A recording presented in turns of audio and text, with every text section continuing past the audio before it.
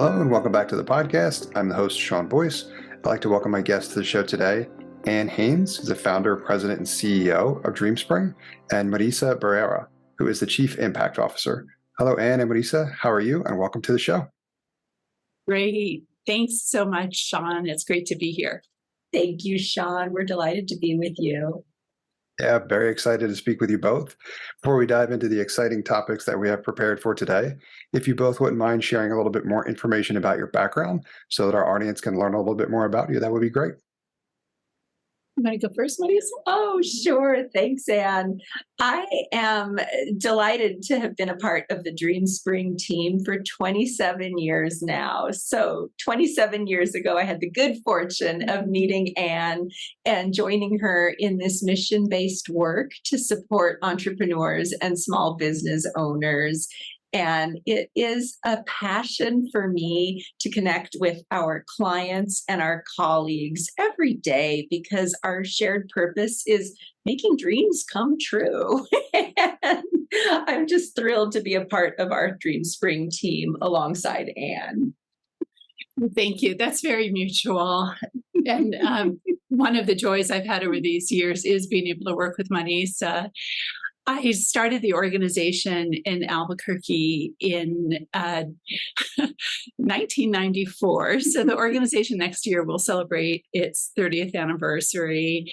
And what propelled me to begin DreamSpring was the recognition that entrepreneurs are such outstanding catalysts for lasting economic and social change, and that sometimes just putting a little bit of capital and support and belief into the hands of another person can really help that individual make enormous change.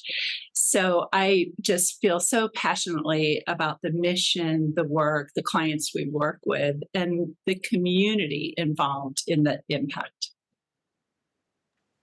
Well said. I know it's been significant. Obviously, I've talked and met with, also recorded a lot of other great episodes with your wonderful team members. So I'm excited to be speaking with both of you now, and especially about the topics that we have prepared. But before we get into that, a couple of good questions to start things off. Obviously, with the name of our show being Scaling Impact, impact is a lot about what we talk about. So first question I have for you both is, can you explain for us what impact means to you? Absolutely. Transformational change, really making a difference in a profound way. And sometimes that profound way can be very subtle.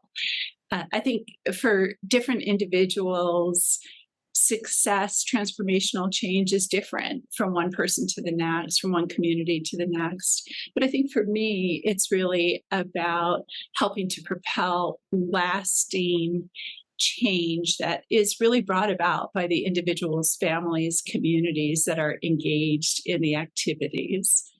What are your thoughts, Marisa? Yeah, it can be very personal. So positive impact for one small business owner can look very different from another small business owner. And for us at DreamSpring, we are a 501c3 nonprofit organization, and we're a community trust in a sense. We're stewards of the dollars and assets we have as an organization. And so I also think about it as making the most positive difference we can with the resources we have.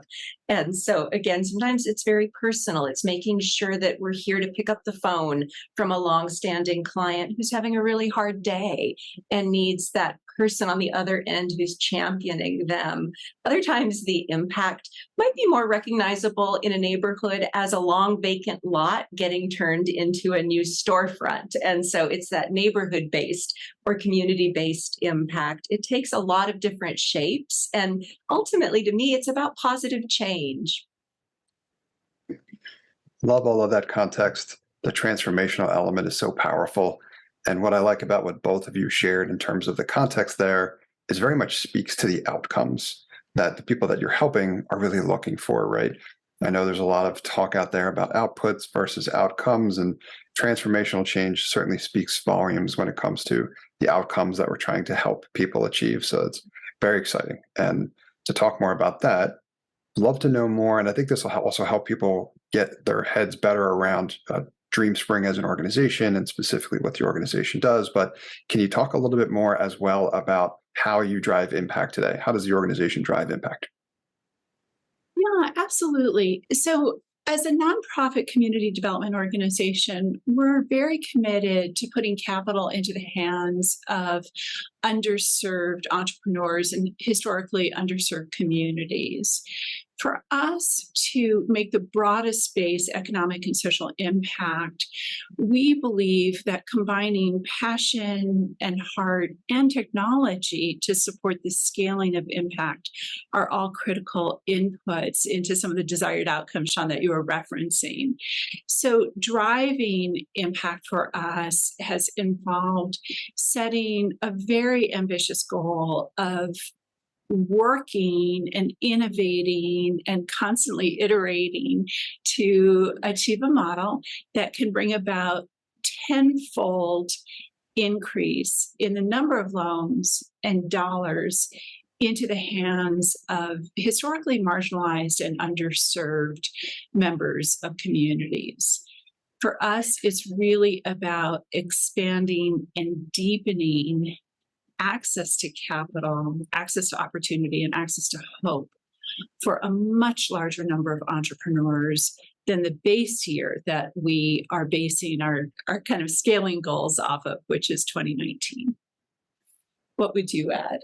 Yeah, it really is about expanding equitable access to capital. And when we are working with small businesses, it's so important that every entrepreneur around the country, no matter what their background is, men, women, entrepreneurs of color, individuals with a disability, whoever that person is, if they're dreaming of starting a business and have the tenacity and grit to launch it, we want to make sure that they're championed and have access to capital to start that business or to grow the business. Maybe it's a business that's been around for 30 years and is looking to add new employees at a new location. We want to make sure that all entrepreneurs around the country have access to credit and capital, and training and coaching, a community of support from DreamSpring for their small business. It's amazing. And it sounds like the work that you're doing here too, in terms of driving this impact, helps tremendously with, which I know is a problem that's plagued mission-driven organizations for a while now. And that being, I call it the strings attached problem, where this access to capital, which is so important to achieve the kind of success that we would like to, or replicate it at a different level of scale, is oftentimes has certain strings attached, which limits or stifles innovation in the ways that the organization might want to achieve, or the communities that we're looking to help and inject this in capital in as well. Also, I imagine that's also likely the case. So feel free to share any context around that particular challenge as well too, if you feel like that's relevant.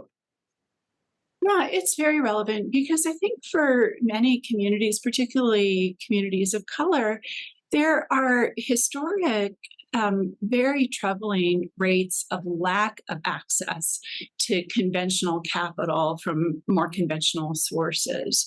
So there are many, many barriers that underserved populations have experienced in accessing capital and opportunity for business startups as well as business growth, let alone the ability to really kind of scale a product or service in the marketplace. Mm-hmm. So when you talk about strings attached, I think one of the biggest challenges for so many entrepreneurs is even having a door opened, let alone getting to the point where they're given a ball of yarn where there is a string or a yarn attached. So it's a very significant problem. And DreamSpring is an organization that was created really to break down some of the systemic barriers to accessing not just capital, but opportunity in the United States. And for those entrepreneurs from those historically underserved populations, being seen and recognized as business leaders. Mm-hmm. One of the thoughts occurring to me, Sean, as you pose that question is the Fortune 500 just came out a little earlier in June of this year. And for the first time ever, just over 10% of the Fortune 500 CEOs are women. So finally, a little more than 10% of those CEOs are women. Fewer than 2% are Black leaders. And so to me, that encapsulates the distance still to go in really making sure that across the country, anyone with the talent to be a small business owner or the president and CEO of a Fortune 500 company is recognized for their talent and their vision, and that we are providing access to capital to fuel that talent and possibility. And I love what you just said, Marisa, because it's such an example of without incredible role models to help any of us know that we can achieve individually, it's really hard sometimes to see ourselves being able to advance and be thought leaders, be agents of transformation in community. So organizations that really support the opportunity for people from all walks of life to transform their own lives and become role models essentially for their neighbors, children, communities is one of the ways that we can help propel some of that critical systemic change that is really needed to have an equitable economy for all. Super well said by both of you. Thank you for sharing that context. And it certainly sounds, Marisa, some of the statistics that you've shared sounds like that there's good progress underway, but a ways to go. And for sure, right, the work that DreamSpring and team is investing in is helping move some of those needles in the right direction, which is exciting. So encouraging progress, but obviously more to come. So thank you for sharing great context around that, which I know is a challenge that a lot of organizations are currently still facing. I want to shift gears a little bit to talk more about a topic that we were planning for this episode, which I know is an area where DreamSpring's had a lot of success. And that's the role of a board in a mission-driven organization. So perhaps a great place to start here, because we have a lot of nonprofit and mission-driven leaders listening into the show who I'm sure have questions around this in terms of how to ensure that the board is designed as optimally as possible to drive maximum impact for a mission-driven organization. I'd love to hear you both share your thoughts in terms of what you feel like the role of the board really should be for an organization like that. Yeah, thank you so much for that question. Do you want to start, Marisa? Absolutely. So many thoughts come to mind, Sean, when you ask that, and I'll turn the hand over to Anne also.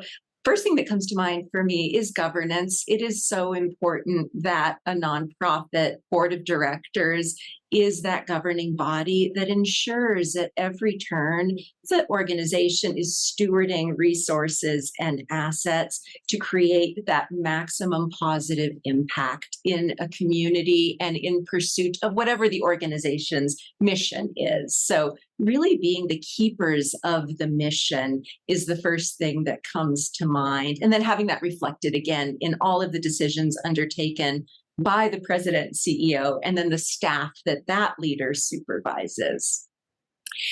And I think in addition to the governance and an oversight, both a fiduciary responsibility, a policy oversight responsibility, and a legal responsibility that a nonprofit board of directors has, and nonprofit board of directors are volunteers because, as Marisa used the word stewards, they're stewarding the public trust. And that's a really important element of what a nonprofit organization is responsible for.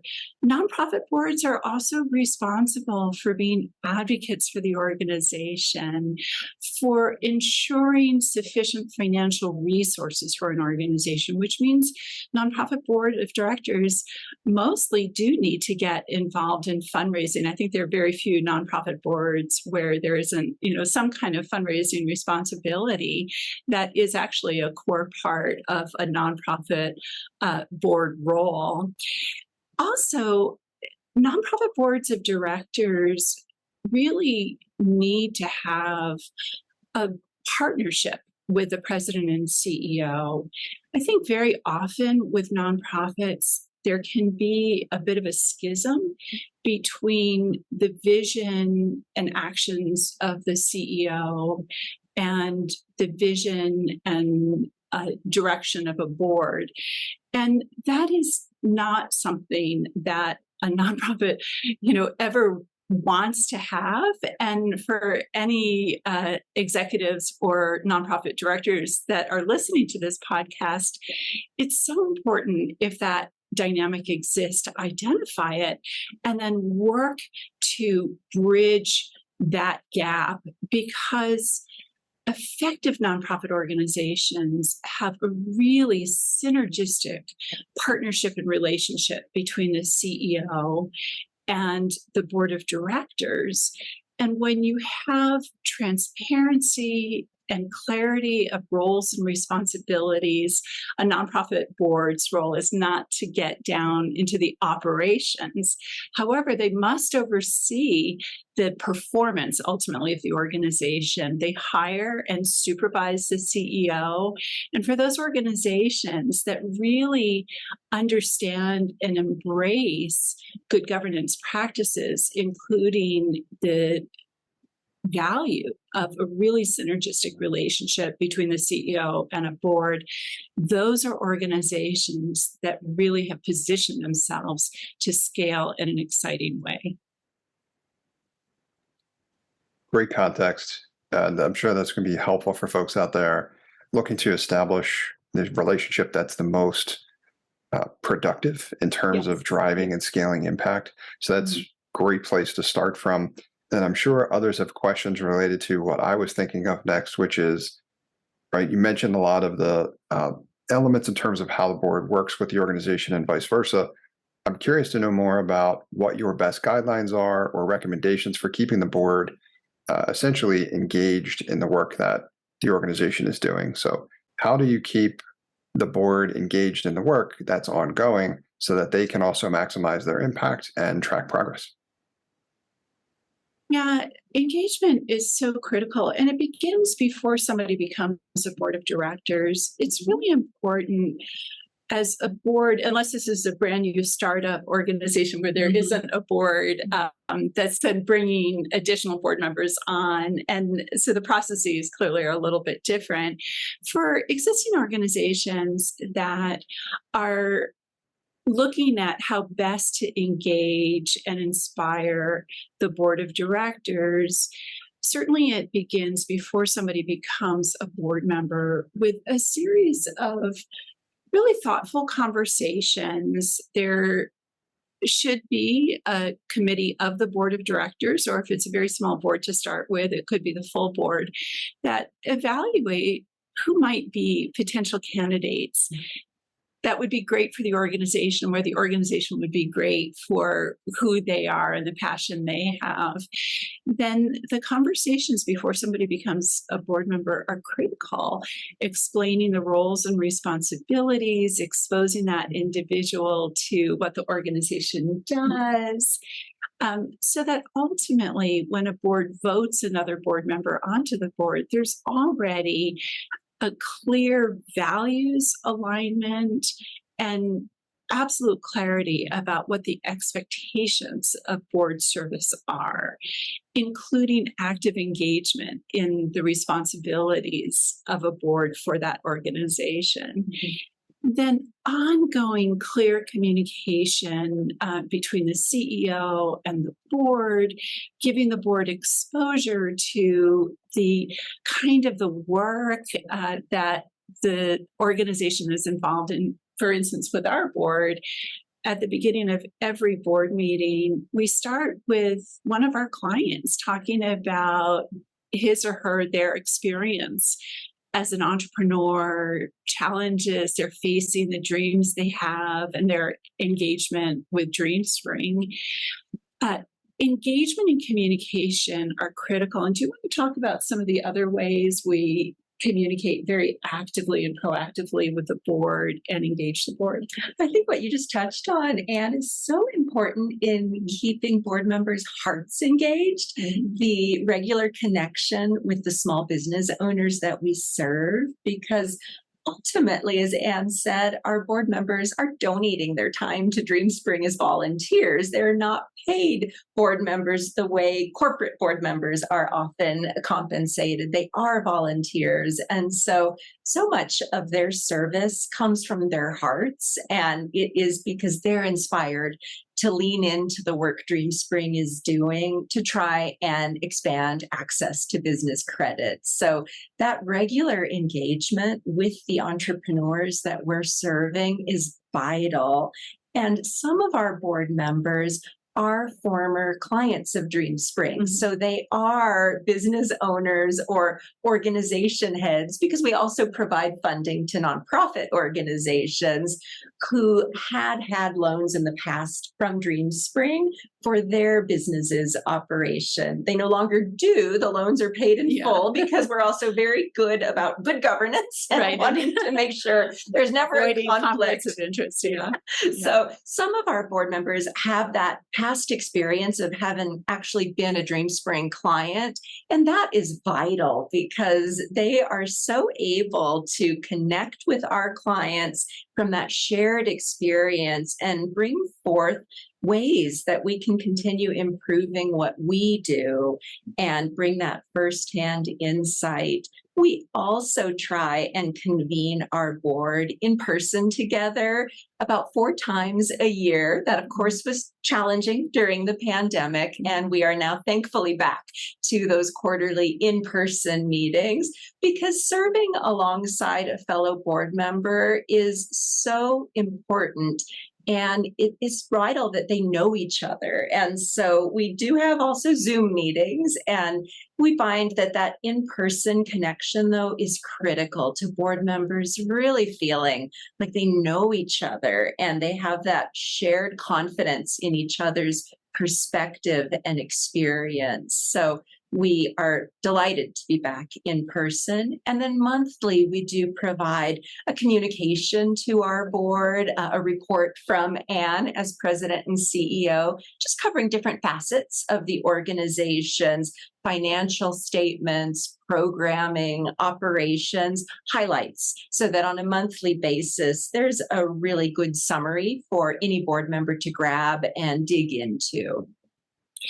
We actually have lots and lots of other things we could talk about for board engagement. So if you're interested, we can go into many more of them, like the quality of the information we provide, the frequency, how the information supports transparency, making sure there are really strategic questions for the board to be thinking about and engaging in, because strategy is partly a board responsibility. Strategy is a combined staff and board responsibility. Vision is a board responsibility. And then just to highlight something that Marisa said, boards are comprised of people, and nonprofit boards where you have individuals who are given continuous opportunity for learning and growth, being trained continuously in good governance practices, in the industry that's being supported by the organization, and also opportunities to be inspired, really help create that sense of passion. And with passion for a board member can come a lot of action, activity, advocacy, and individual impact, which then, when collective, really helps propel the organization's impact. I think you've both done a wonderful job of articulating kind of the role and the importance of having a strong board and then a great relationship, organization to the board and vice versa. Plus, that engagement is so important, obviously, because it helps each, with accountability, maximizing impact, all of those elements. So you gave tons of great examples. Thank you for that. And one question I have, naturally, given the name of the show yet again, about scaling impact is, I know DreamSpring's done some amazing, miraculous things in terms of scaling impact for the community and everyone that needs it so much. That's been great that we've talked about quite a bit. I'm interested also to learn more about how the board should be expected to change and evolve over the same period of time. So it's almost like, as the organization's working on scaling impact and the board's helping them with that, how does the board scale along that way as well too? And are there any changes maybe in particular that have happened with DreamSpring's board and any other recommendations or best advice you might have for other organizations out there who may not necessarily be thinking of that in terms of updates that they'll need to make along the way as well.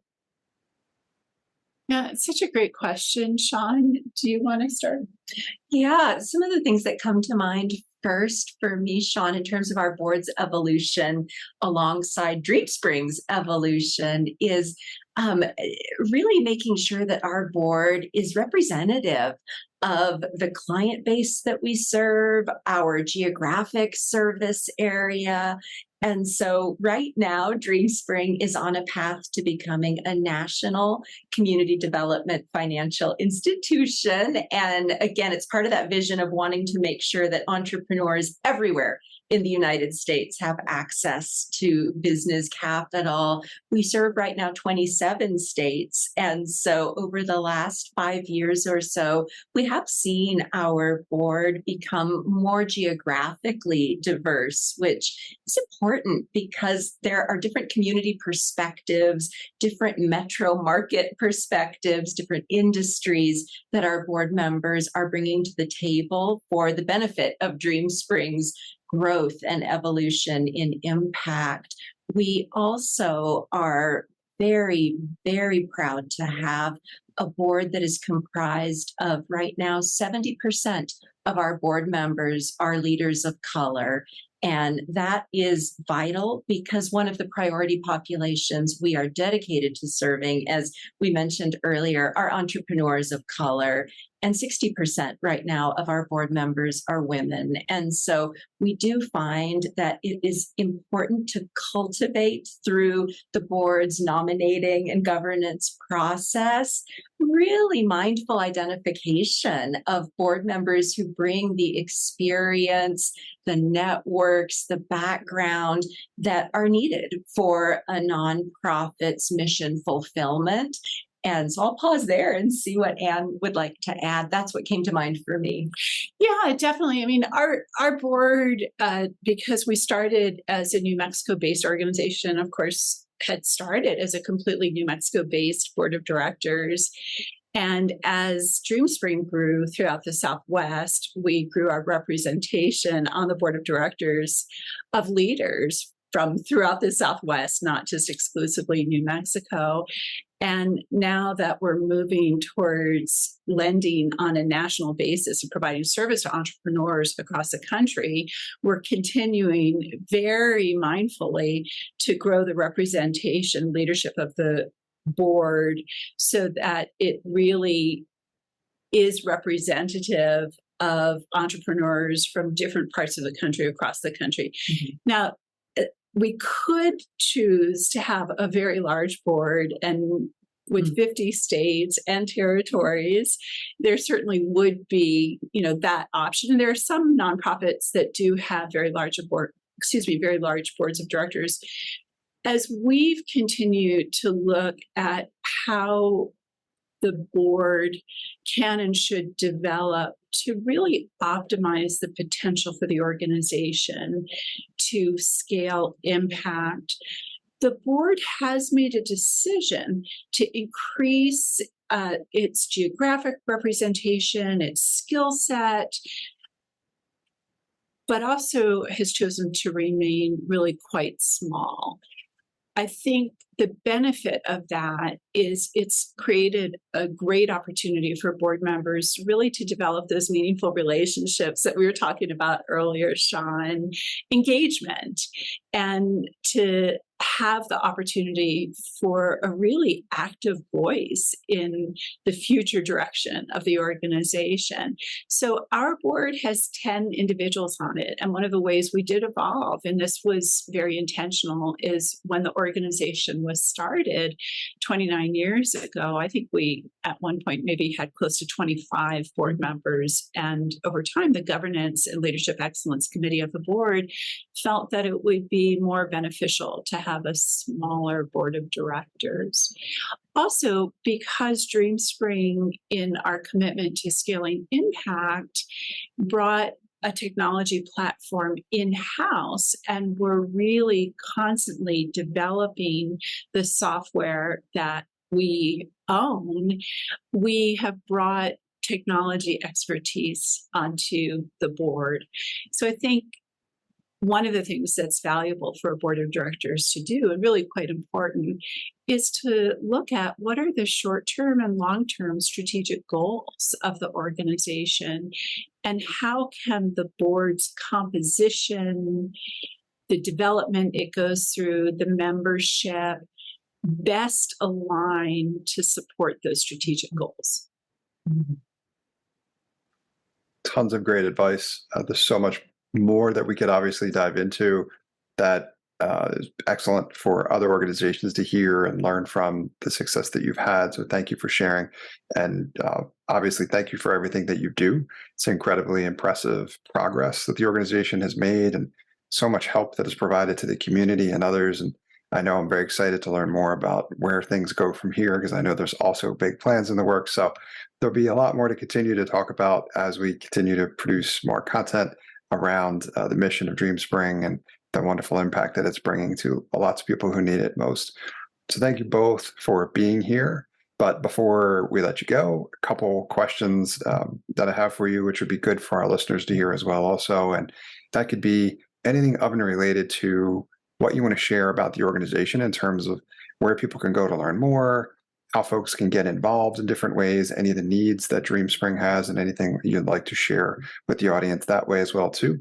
And then anything you have in terms of contact information you want to share, or who should reach out and where they should go in order to do so. If any of that information would be amazing to share, please. Sure. We would love to connect with any of your listeners, Sean. And one of the easiest ways to start is going to our website, which is www.dreamspring.org. And there you will find links to our social media. You'll find our phone numbers. Our main number is 1-800-508-7624. And we really look forward again to connecting with your audience. Amazing. Thank you both so much for being here, Marisa, and wonderful content for our audience. So thank you for sharing and all the details around the success you've had with DreamSpring. And please continue to do this amazing work because the world needs it. Well, Sean, thank you so much. It's just been a delight to be here. Thank you so much.